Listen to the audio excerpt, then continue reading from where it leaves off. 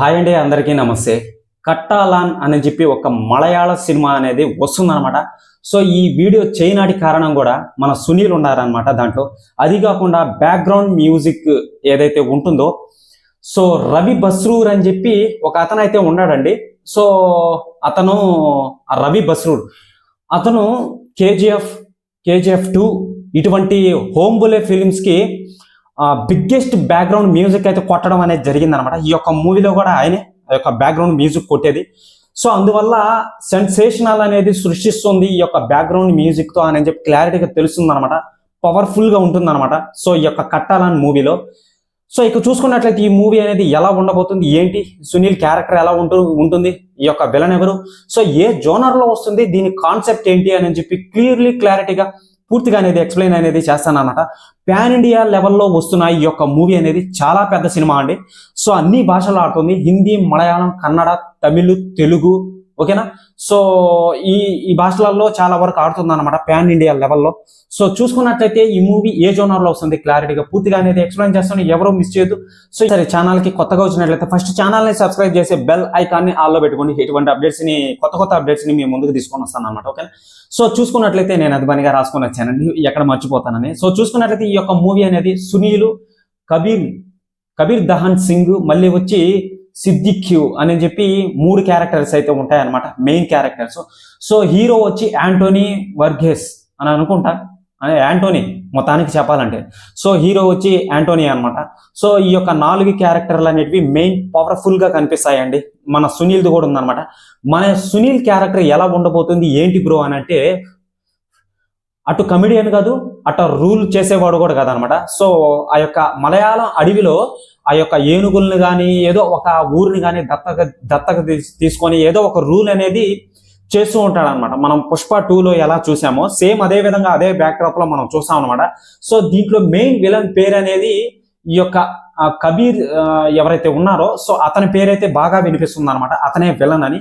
So villain కి opposite గా మన హీరో అయితే ఉంటాడనమాట. మేబీ హీరోకి ఒక ఇది కావచ్చు, ఫ్రెండ్ అయినా కావచ్చు, లేదా అగైనిస్ట్ గా ఈ యొక్క కూలీ మూవీలో ఎలా చూసాం మనం, ఓకేనా. సో కూలీ మూవీ అనుకుంటా. సో కూలీ మూవీలో సునీల్ క్యారెక్టర్ అనేది ఎలా ఉంటుంది, అటు హీరోకి సపోర్ట్ చేయడం, విలన్ కి సపోర్ట్ చేయడం మధ్యలో ఉంటాడు అనమాట. సో అదే విధంగా ఉంటుందని చెప్పి క్లారిటీగా తెలుస్తుంది. సో కూలీ మూవీలో తనకంటూ సునీల్ కంటూ ఒక సాంగ్ అనేది పెట్టడం అనేది కూడా జరిగిందనమాట. సో నువ్వు కావాలయ్యా అని. సో ఈ యొక్క మూవీలో కూడా సునీల్ కి 2 హీరోయిన్లతో ఒక సాంగ్ అనేది పెట్టడం అనేది జరిగింది. ఈ యొక్క సాంగ్ కూడా సెన్సేషనల్ అనేది వండర్ వరల్డ్ గా ఉంటుందని చెప్పి క్లారిటీగా తెలుస్తుంది. దానికి సంబంధించి ఫుటేజ్ కూడా బయటకు వచ్చేసిందండి.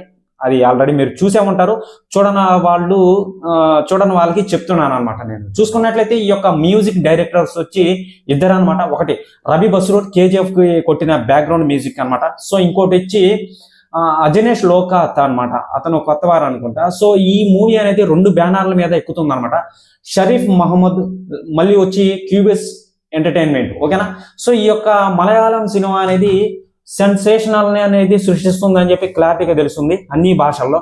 ఆల్రెడీ సంభవం అధ్యాయం 1 అని చెప్పి టైం ట్రావెల్ లాగుంటుంది, దెయ్యాలు ఉంటాయి కానీ ఉండవు అనమాట. సో ఆ యొక్క మూవీ వచ్చి ఓటీటీలో బాగా భయంకరంగా వైరల్ అవుతుంది. నెక్స్ట్ వీడియోలో దాని గురించే చెప్తాను అనమాట. సో ఇదండి మెయిన్ పాయింట్.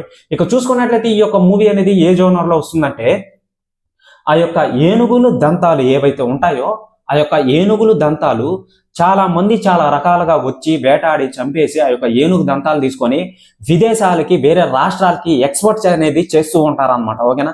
సో ఆ యొక్క ఏనుగు దంతాలు ఎంత పవర్ఫుల్, ఎంత రేటు పలకతాయో అవన్నీ ఆల్రెడీ అందరికీ తెలిసింది.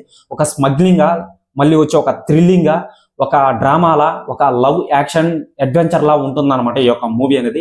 మన హీరో ఎవరైతే ఉంటారో, ప్రకృతి మళ్ళీ వచ్చి శత్రువులు పరీక్షిస్తారనమాట మన హీరోని.